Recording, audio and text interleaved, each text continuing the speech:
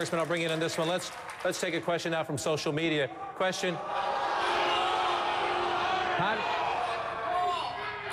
Before we move on, you want in on this issue? They want you in on this issue. Would you like in on this issue?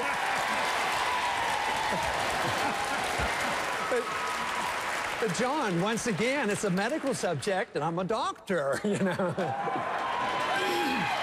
No, I do want to make a couple comments because I can remember the very early years studying obstetrics, and I was told, and it was before the age of abortion, and I was told, taking care of a woman that's pregnant, you have two patients, and I think that solves a lot of the problem about, you know, when life begins and all.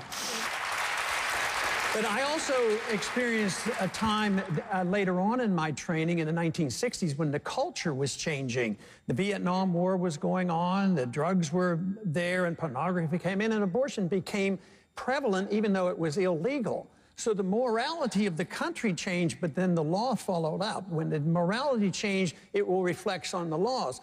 The law is very important. We should have these laws, but law will not correct the basic problem, and that's the morality of the people that we must do.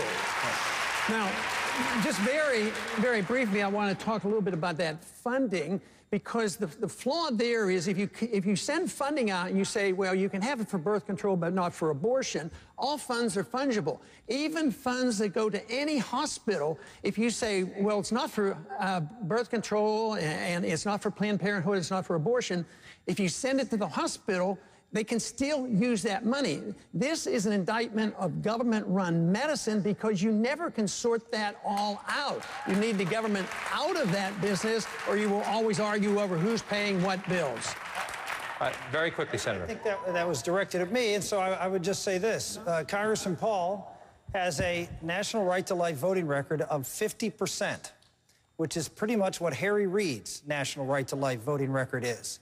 So to go out and say that, you know, you're someone who stands up for the right to life, you repeatedly vote against bills on a federal level to promote the right to life, and you say that this is an individual personal decision or state decision.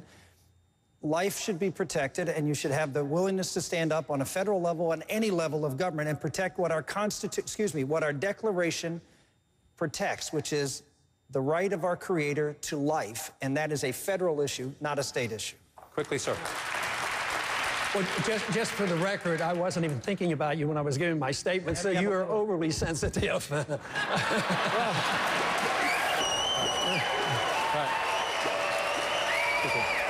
But it is true that we have a disagreement on how we approach it. I followed what my understanding is of the Constitution, and it does allow for the states to deal with difficult problems. Matter of fact, it allows the states to deal with almost all the problems if you look at it. It is not given, these powers aren't given to the Congress. I see abortion as a violent act. All other violence is handled by the states. Murder, burglary, violence, that's a state issue. So don't try to say that I'm less pro-life because I want to be particular about the way we do it and allow the states the prerogative.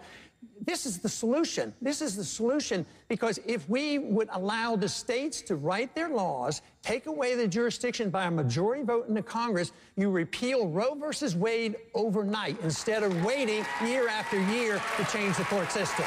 All right, we need to take one more break, gentlemen. Stand by. Less than 35 hours away now from the polls opening right here in South Carolina, a state that is crucial, often decisive in Republican presidential politics. Stay with us to hear the candidates close.